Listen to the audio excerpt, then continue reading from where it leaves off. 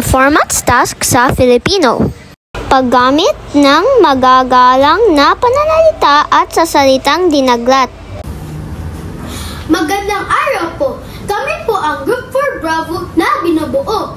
Nina Steffi bilang taga-panayam, Harvey katuwang sa panayam, Christian bilang mag-aaral na taga-panood at taga-tanong, at ako bilang moderator, at si Hera naman bilang ginang Grace o Junya panuuhing guro tagapagsalita.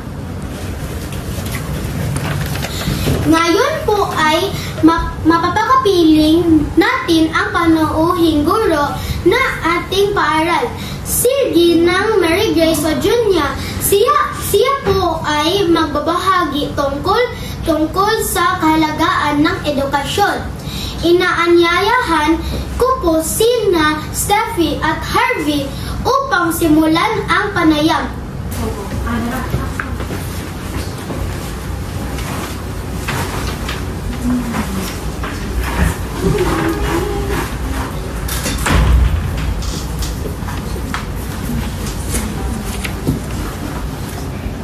Magandang araw po, Ginang Mary Grace Colonia. Maraming salamat po ang pinanunalakan ninyo ang aming panayam.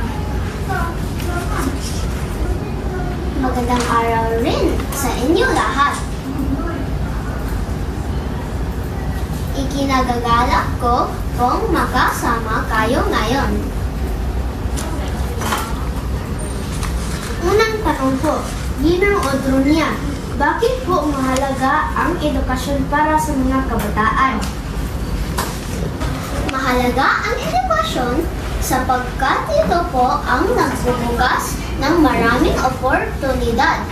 Dito ninyo natutuhan ang kaalaman at kasanayang kailangan para sa inyong kinabukasan. Magandang araw po, Ginang Odronia. May tanong din po ako. Ano po ang maipapayo ninyo para mas mapahalagahan namin ang pag-aral?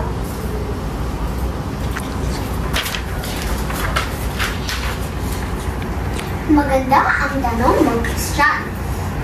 Ang payo ko po ay maging masipag, magtanong, makinig sa inyong guro, at higit sa lahat, magkaroon ng pangarap.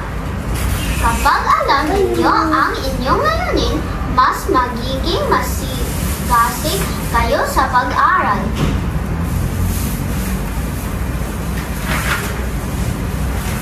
Opo, maraming salamat po. Totoo pong nakaka-inspire ang inyong mga salita.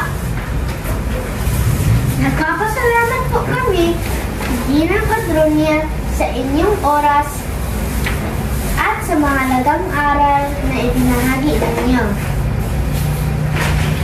Tunay pong napapakahalaga ng edukasyon at mas malinaw po ito sa amin. Ngayon dahil sa inyo, maraming salamat po.